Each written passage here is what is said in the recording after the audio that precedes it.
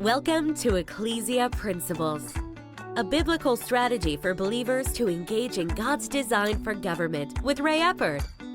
So let's talk about that administration. We got 2 months, about 2 months left until a new administration takes over. And currently, as we sit, the Biden administration just released to Ukraine the ability to fire long-range U.S. missiles into Russia. Where does that put? Again, they want to mess up Donald Trump. We tend to think we do think of things as a foreign policy. If it's not happened here, what happens in Israel is reflected by Russia. I agree. I think that when Putin saw how poorly we managed Afghanistan, he said, "This administration is weak. Let's strike now." Yeah. So what happens? What do you think? What do you think?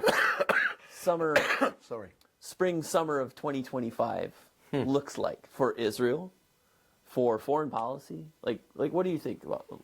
That's an amazing question. A little futuristic, but I can tell you that the fact what do you hope to see? Well, I know what I will see. Yeah. I will see a president in the White House that is not going to compromise about making America great again and returning America to a position that they held at least until 2020, the only superpower in the world. Russia was already down, cannot feed their own people. China was struggling with the COVID and all the things that they were doing around the world. People started to turn their back on them. America was putting the super tax on top of all that. Donald Trump was fortifying America, returning the production back home. I think this is what's going to happen from now on. I think that America is going to be concentrating in bringing peace treaties to the world because you don't need to start and financing the rest of the world so much. You need to really bring peace so there'll be not so much need for weapons and American troops and American technology and all these kind of stuff to be wasted, I would say, on many foreign countries. Right. And eventually you need to return the production and the strength and the power and the labor and the jobs and everything back into America. You need to fortify your borders so you won't have to.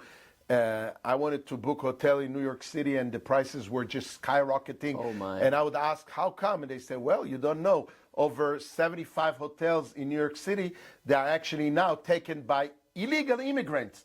The hotels are becoming dormitories for immigrants. Yeah. So that's why there's not enough rooms to go around. So these are some of the things. So I think that America will be there. And in terms of foreign policy, I think that he will bring peace treaties again. I think Iran is already shaking and shivering.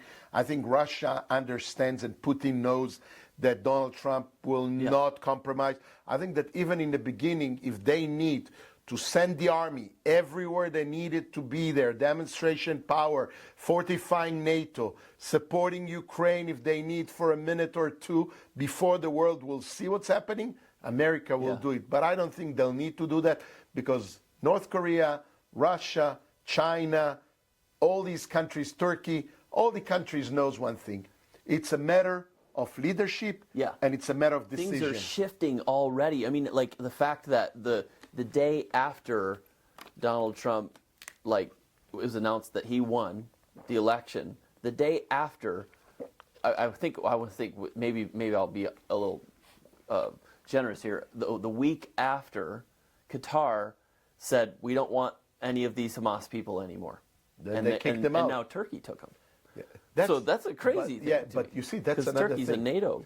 Yeah, but that's another thing. Turkey took them in, showing what they think about this current administration. But I think they know they're weak. Yeah. But I think that once Donald Trump is going to pick up the phone and speak to Erdogan, and he's going to say to Erdogan or whatever, hey, man, kick them out. They don't need to be there. Yeah. Either prison or back to Gaza, wherever. They're going to do that. And I think he has the right advisors. I think Donald Trump has surrounded himself with people that loves America first and foremost, right, but also understands the role of America in global policy. And that's what we talk about with foreign policy. It's like we need to take care of our own, but we also recognize our place in the world scheme. No, but you cannot live alone. I mean, you have a beautiful, amazing America it's an island. It's very hard to take you down. But we know that the best way to protect your island is to put your first troops and barriers away from the island. You have to go and put it in Europe. You have to put it in the Middle East. You have world-class interest, even though you can do your own production of oil and gas and everything. But, the foreign policy for years would say, let us empty the world first. Then when we need to, we'll use ours.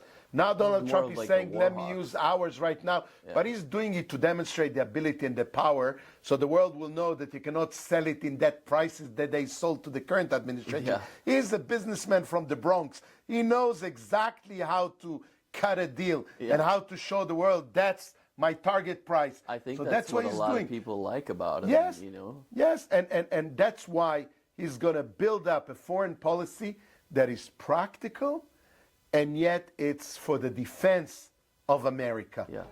You've been listening to Ecclesia Principles with Ray Eppard. Follow us on YouTube and Facebook on our Ray Eppard pages. This program was brought to you by Victory Worship Center and World Outreach. Services Sunday 9 o'clock and 11 o'clock, 200 Hammond Lane, Stanton, Virginia.